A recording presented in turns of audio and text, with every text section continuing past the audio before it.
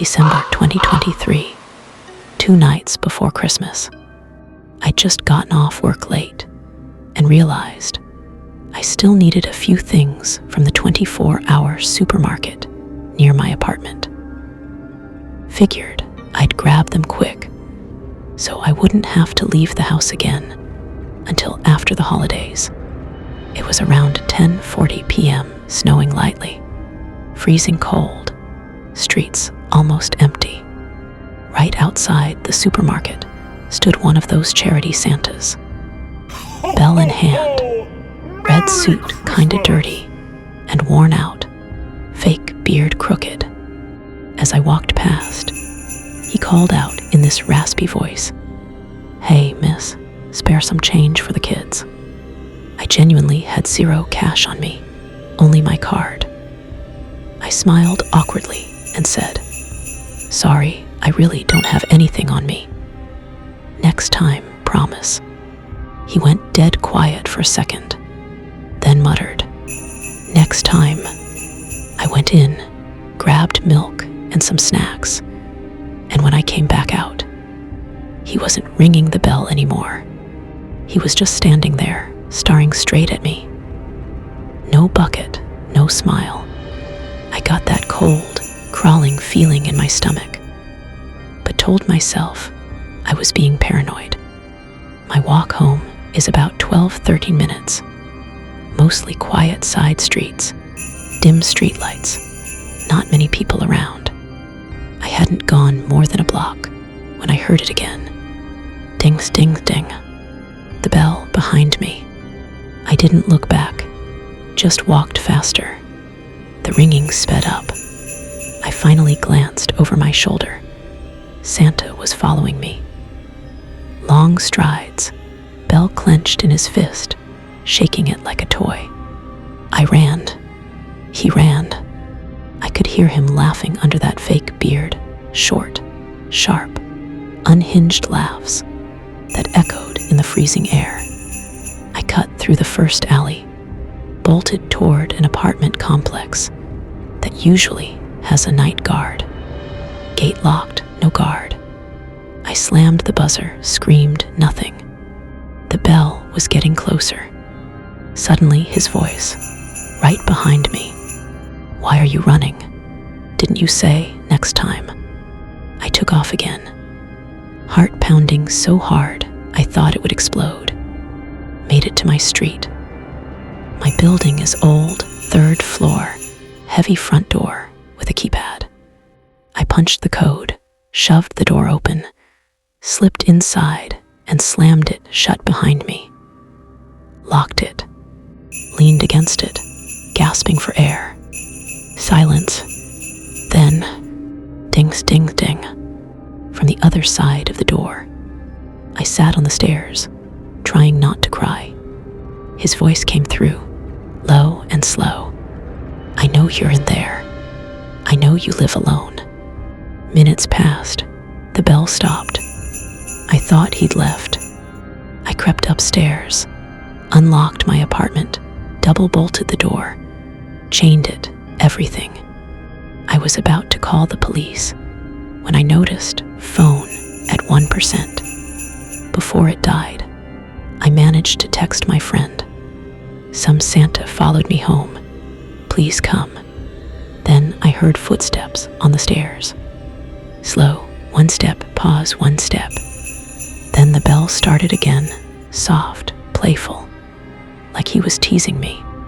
He stopped right outside my apartment door. Dead silence. I saw a shadow under the door.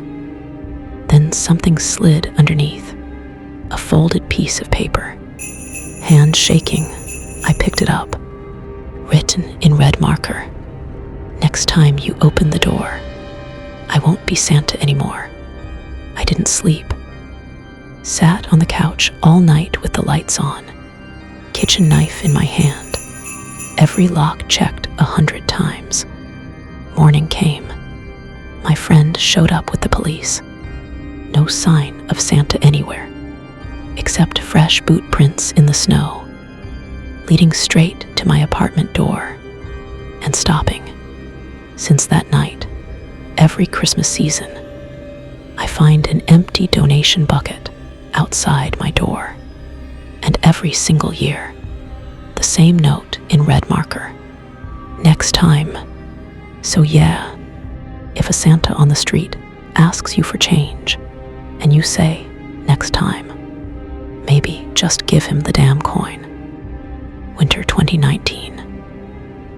I was 17, almost 18, and my family had this Christmas tradition. Every year we volunteered at the city's biggest homeless shelter. We served food, handed out coats, played Christmas music, the whole thing. My parents trusted the place. Everyone had to pass background checks, and security was supposedly tight. That year, I finally convinced them to let me volunteer a few extra evenings on my own while they were stuck at work. I loved it until Darren showed up. Darren was new.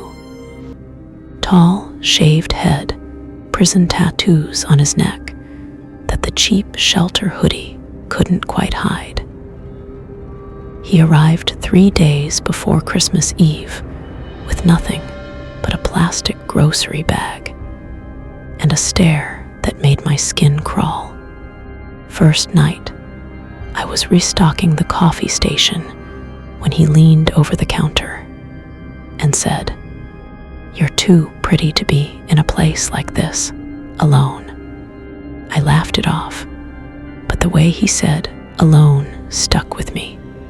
Second night, he waited until the other volunteers left the storage room, then cornered me between the shelves, pressed way too close, and whispered, "You shouldn't ignore people who are trying to be nice, sweetheart."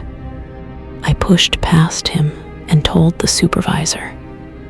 She said, "He's got a record, but nothing violent on paper. Just keep your distance." That was it. Christmas Eve came. I was scheduled to help serve the big holiday dinner.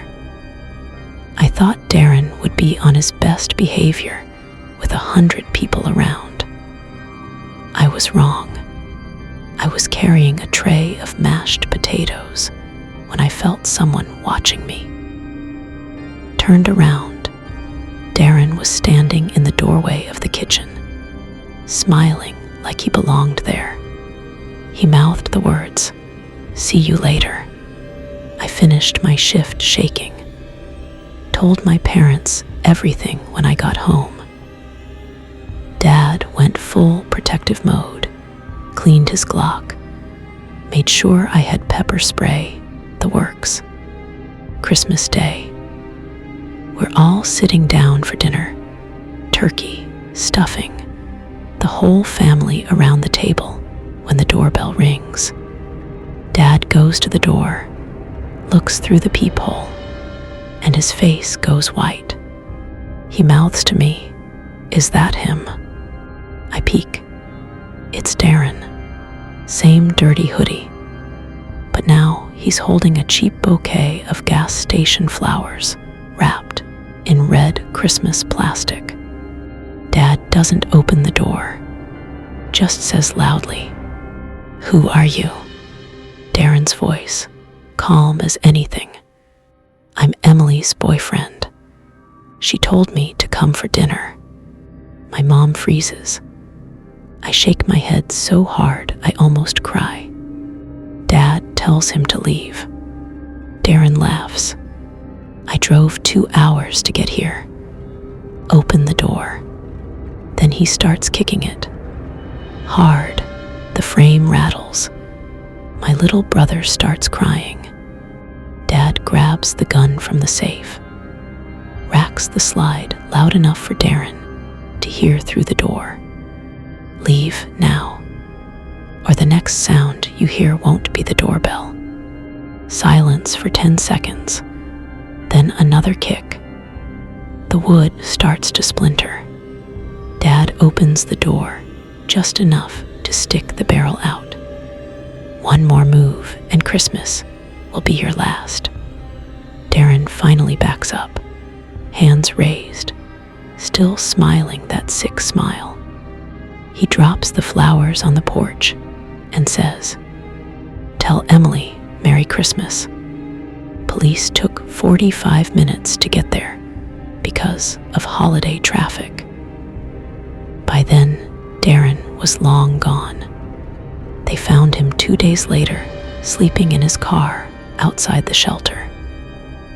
Turns out he'd been banned from 3 states for stalking teenage girls. The shelter never even ran a proper check.